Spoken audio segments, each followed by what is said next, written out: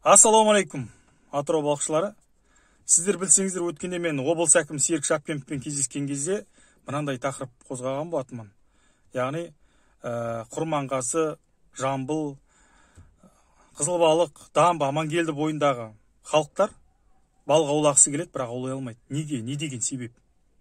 Яғни запрет, Зарослый каналдан бастап теңізге шейін запрет. Бұл неге? Не деген масқара? Так, сіздер білсеңіздер, осыдан 2014 я 15 жылын ұмытып тұрмын. Бір жылы қыста ашты. Естеріңізде ма? Ашты. Бұны ашқан, Рибахранда отырған Алик Тушканов дейтін кісі, заң шығаратын. Өзім сияқты кісі. Енді сіздер ойлап қарасаңыздар, бұл жерде ешқандай да балықтың ямысы жоқ. Балық дамитын. Зимовальный ямы дейтін болады ғой. Бұл жерде ешқандай ямы жоқ. Бұл жерде тек қана проход болды.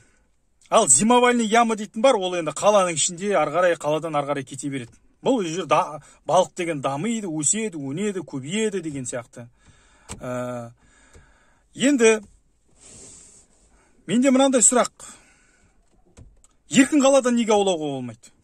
Неге еркін қалады? Еркін қаланың тұрғындары да балық аулағысы келеді, бірақ ояқтан аулауға болмайды.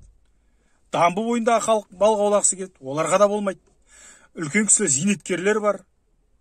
Қазір пенсияда үйінде отыр, қармақ лақтырғысы келеді, лақтыра алмайды. Болмайды себебі. Неге деген сұрақ менің көп мазалайды.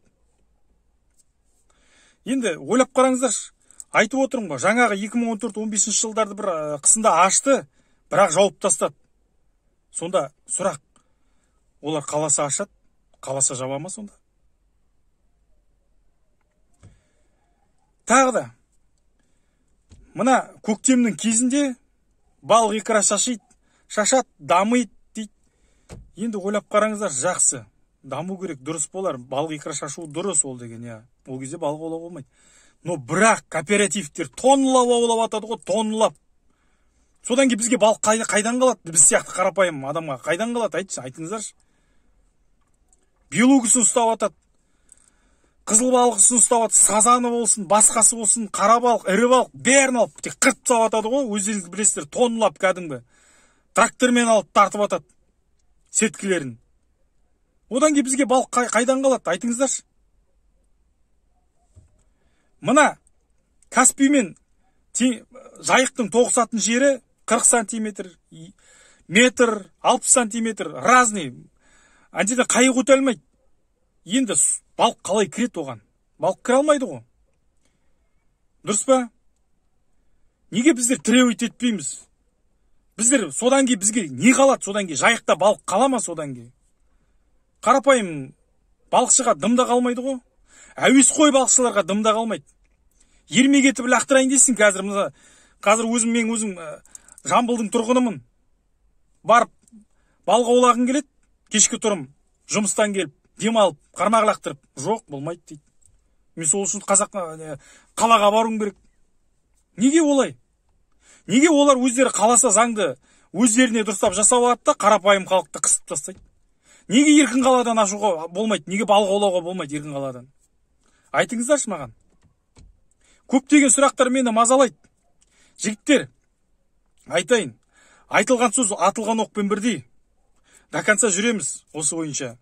Егер артымыздан ерем дейтін жігіттер болса, жазыңыздар. Хабарласыңыздар. Бірге барайық, айтайық. Айтып кетейін сіздерге. Населенный пункт, яғни жергілікті тұрғын болатын болсаң, ол жерде балық аулауға болады. Мына сіздер білсеңіздер, Курилкин рыбник жақта билет, арнайы билет алып, тұрғындар билет алып балық аулайды. Билеттің өзін сатып алады 15 000 теңгеге. Неге бұяққа солай, ең болмаса осы жақтың халқына солай істемейді? Түсінбедім мен.